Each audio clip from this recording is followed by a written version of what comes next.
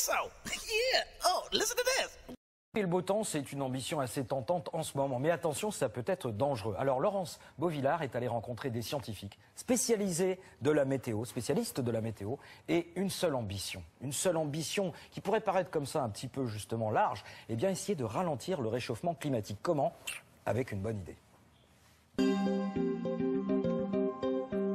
La science et l'imagination vont souvent de pair. En s'inspirant de véritables phénomènes naturels, des chercheurs ont inventé des moyens pour stopper le réchauffement climatique.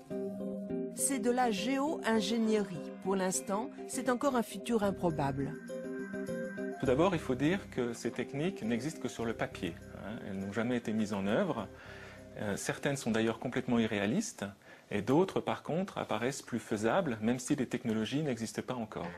Il y a deux catégories de techniques envisagées. La première consiste à réfléchir une partie du rayonnement solaire en interposant un écran entre la Terre et le Soleil.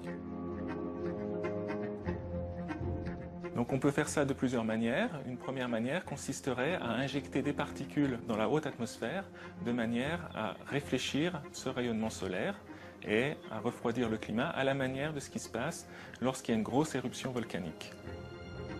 Une deuxième manière consisterait à injecter cette fois-ci des particules de sel marin dans la basse atmosphère de manière à rendre les nuages plus rafraîchissants et à nouveau à refroidir la planète.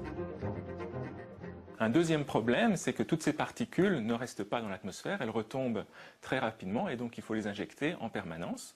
Et si un jour, pour une raison ou une autre, eh bien, on arrête d'injecter ces particules, alors même qu'on a continué à émettre des gaz à effet de serre, eh bien, on a un phénomène de rattrapage climatique très rapide où la planète va donc se réchauffer en une décennie de manière très importante. La deuxième catégorie consiste à récupérer le CO2. On pourrait l'extraire de l'atmosphère par des filtres ou le récupérer industriellement, puis on l'injecterait très profondément dans le sol. Une autre proposition consisterait à piéger le CO2 en fertilisant les océans avec du fer. Le plancton se multiplierait, il fixerait encore plus de CO2 et serait à son tour réparti dans la chaîne alimentaire. C'est une technique dont l'efficacité est loin d'être prouvée, qui serait extrêmement difficile à vérifier et qui va venir modifier les équilibres biologiques de l'océan. Il y a un certain nombre de pays qui travaillent sur la géo-ingénierie du climat, en Europe, aux États-Unis, et on commence à voir apparaître des équipes de recherche en Chine et en Inde. Modifier le climat n'est pas une idée nouvelle. En 1960, on a même imaginé que l'on pourrait réchauffer certaines parties de notre planète inhospitalière comme l'Arctique. 50 ans plus tard, la géo-ingénierie est beaucoup plus vertueuse et elle intéresse de véritables scientifiques. Mais elle reste de la science-fiction car aujourd'hui, la meilleure solution reste de diminuer nos émissions de gaz à effet de serre.